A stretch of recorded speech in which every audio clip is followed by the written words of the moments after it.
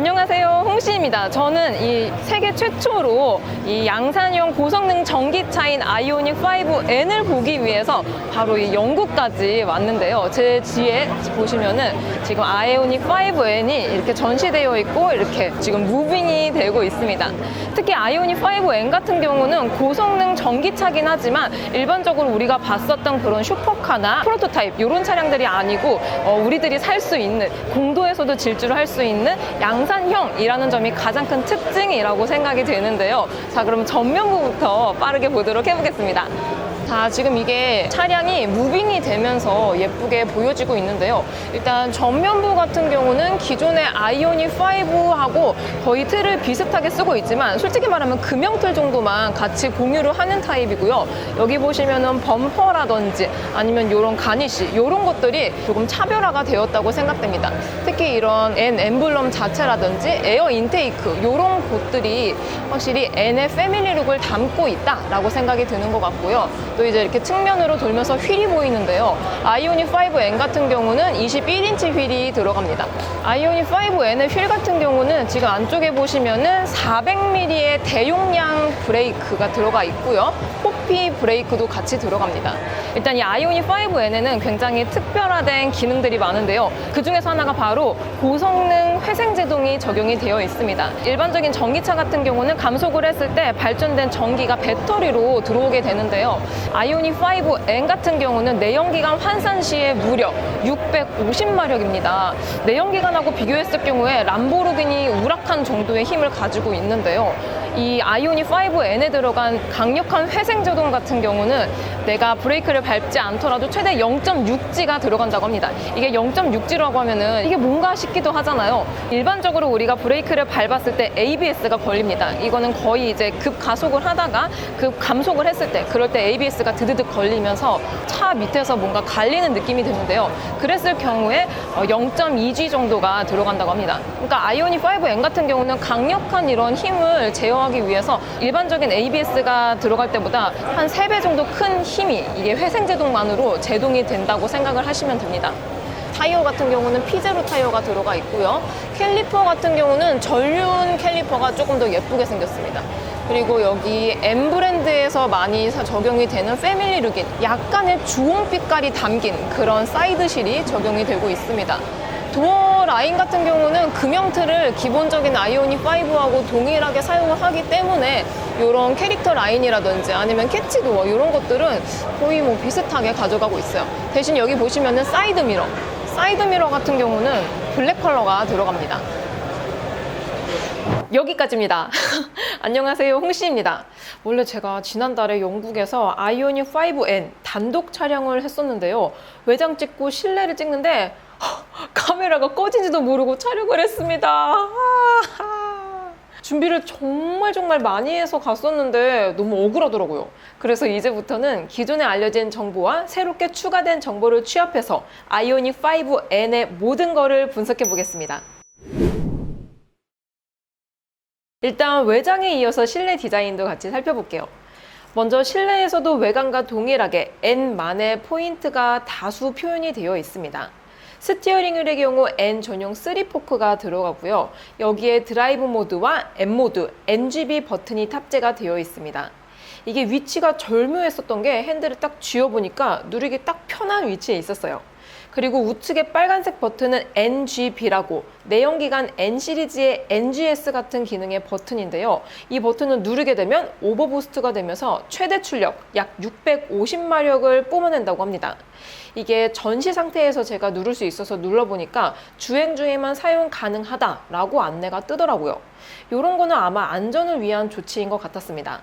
제가 과거에 아반떼 N을 탔을 때를 생각해보면 이 빨간 버튼을 눌렀을 때 저단부터 고 RPM이 팍팍 터졌었는데요. 힘도 찐득해지면서 특히 다운시프트 할 때 팝콘 사운드가 팡팡 터져서 정말 재밌었던 기억이 납니다.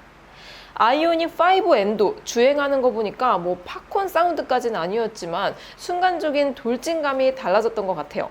이게 서킷에서는 워낙 순식간에 차량이 지나가 버려서 자세히 듣기는 조금 어려웠지만 천천히 움직일 땐 뭐 일반적인 전기차 사운드와 비슷하게 느껴졌습니다. 그리고 NGB, 이 반대편의 깃발 모양의 버튼, 요거는 N-레이스 모드 버튼입니다. 요걸 누르면은 스프린트와 인듀어런스 이렇게 두 가지로 또 나뉘게 되는데요.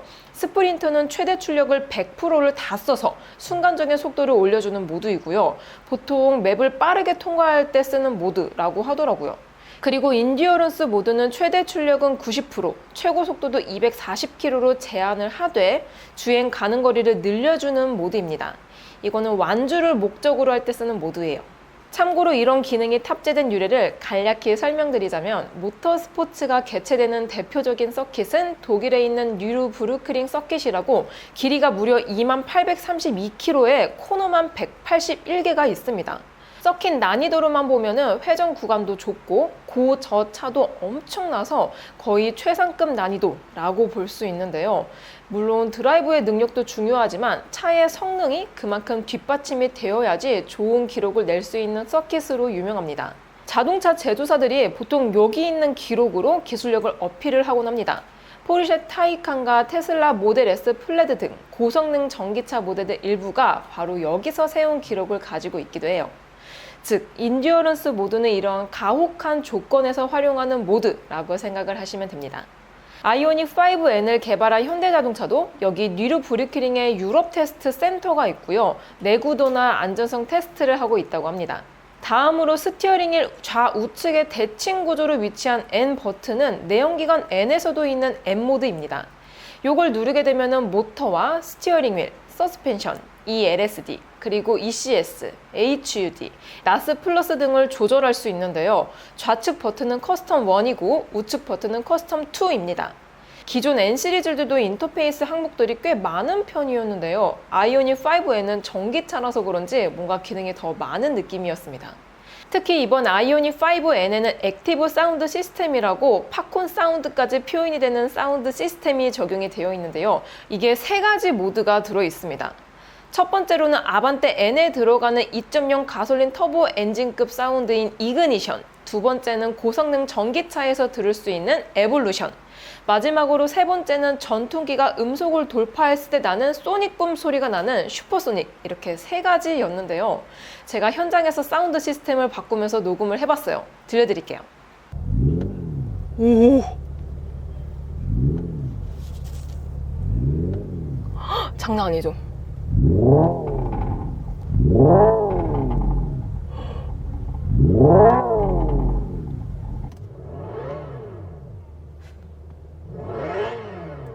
오.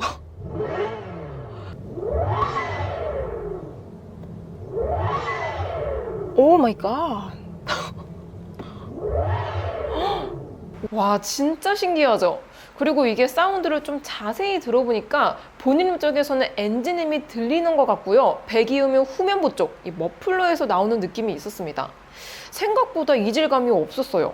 근데 마지막인 이 슈퍼소닉은 거의 뭐 게임에서나 나올 것 같은 소리라서 좀 생소하긴 했습니다. 개발자분 말씀에 의하면은 전기차의 가상 엔진 사운드는 내연기관에 비해서 무궁무진하게 입힐 수 있다는 장점이 있다고 하셨는데요. 뭐 달리는 거 좋아하시는 분들에겐 이런 것도 취향 저격일 것 같습니다. 다음으로 계기판 디자인을 보면은 CCNC가 들어가서 그런지 기본적인 드라이브 모드에서는 신형 그랜저나 소나타, 코나와 거의 동일한 모습이었습니다. 근데 M 모드로 들어가면은 아반떼 N과 비슷하긴 했는데요. 그래픽이 뭔가 좀 더 정갈한 느낌이 있었습니다. 그리고 배터리 상태나 모터 온도도 실시간으로 측정이 가능해서요. 여러모로 좋을 것 같았습니다. 제가 전시 차량으로 M 모드를 바꾼 다음에 엑셀링을 해봤는데요. 실제로 나가진 않았고 계기판이나 여러 반응감만 있게 세팅이 되어 있었습니다.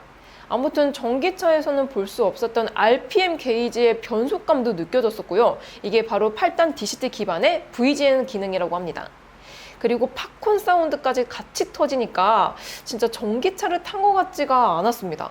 그리고 트랙 메뉴에서는 토크 디스트리뷰션과 M 페달, N 레이스, N 드리프트 옵티마이저 같은 구동력과 토크 배분 등을 조절을 할 수 있었습니다. 그리고 배터리 모드에 배터리 프리 컨디셔닝 모드라는 게 있었는데요. 이게 배터리 온도를 20도에서 30도를 유지해주는 트랙 모드가 있고요. 최대 54도까지 올려주는 드래그 모드가 따로 있습니다. 주행거리가 긴 레이스라면 트랙 모드, 짧은 레이스라면 드래그 모드로 힘과 주행거리를 조절할 수 있다는 거예요. 이것도 진짜 인상적이었습니다. 그 외에 기술 정보는 표를 참고해 주시고요. 그리고 주행거리도 공개가 되었습니다. 공개된 정보에 따르면 아이오닉 5N은 84kW 배터리를 탑재해서 상온 복합은 364km, 저온 복합은 331km를 주행할 수 있다고 합니다. 경쟁 모델인 EV6 GT가 77.4kW 배터리로 상온 복합 342km, 저온 복합은 311km인 걸 감안한다면 배터리 용량 차이는 있긴 하지만 585마력 모델보다 650마력 모델이 더 멀리 갈 수 있다는 게 특징인데요. 이 정도면 일상용으로도 큰 지장이 없을 것 같아요. 자, 그래서 아이오닉 5N 가격은 얼마냐? 일단 아이오닉 5N은 테스트카가 아닌 양산형 고성능 전기차입니다. 현재 알려진 바에 의하면 이르면은 8월, 늦으면은 9월에 출시가 된다고 하는데요. 아이오닉 5N의 가격을 예상해보면 일단 이런 전례가 없다 보니 단순 예상치인 점 참고해 주시고요. 우선 EV6 롱레인지와 EV6 GT의 사례를 기준으로 예상을 해보겠습니다. EV6 롱레인지의 최고 트림은 GT 라인, GT 라인의 가격은 세제 혜택 후 5,995만 원입니다. EV6 GT는 세제 혜택 후 7,200만 원으로 EV6 롱레인지 GT 라인과 EV6 GT의 가격 차이는 1,205만 원, 퍼센테이지로는 17%가 됩니다.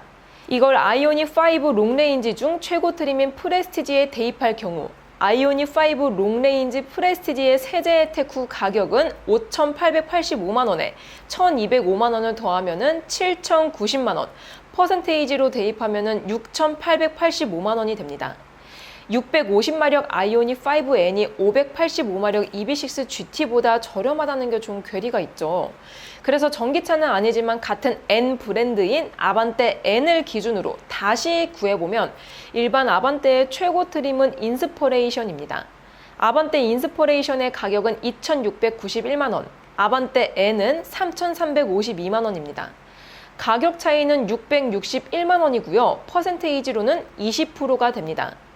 이 수치를 다시 대입해보면 각각 6,546만 원, 7,062만 원이 되는데요. 이번 결과값까지 같이 비교해보면 금액을 더한 기준은 EV6가 더 높고요. 퍼센테이지를 더한 기준은 아반떼 값이 좀 더 높습니다. 근사치라고 하기엔 좀 비약이 클 것 같아요. 단순 제 예상으로는 적어도 아이오닉 5N이 EV6 GT 대비 스펙과 기술 등의 한 수 위임을 감안해보면 최소 300만 원에서 최대 400만 원까지 높아질 것으로 예상이 되는데요. 이렇게 되었을 때 아이오닉 5N의 예상 가격은 세제 혜택 후 기준 7,500만 원에서 7,600만 원 선이 됩니다. 일각에서는 7,000 후반이나 8,000 초반대도 예상이 되고 있기는 하지만 현실적으로는 성능이 조금 더 낮더라도 보다 저렴한 EV6 GT라는 대안이 있기 때문에 판매량을 위해서라면 가급적 7천만 원대로 나오긴 해야 될 것 같습니다. 자, 이렇게 아이오닉 5N의 관련 정보를 총 정리해봤습니다. 아무튼 순정 양산 전기차가 600마력이 넘는다는 게 포인트인 것 같은데요. 아이오닉 5N 시승기도 준비할 수 있도록 노력해보겠습니다. 오늘도 저의 영상이 재밌고 도움이 많이 되셨다면 좋아요와 구독 그리고 알림 설정까지 다음 시간에 또 뵐게요. 안녕. 빵!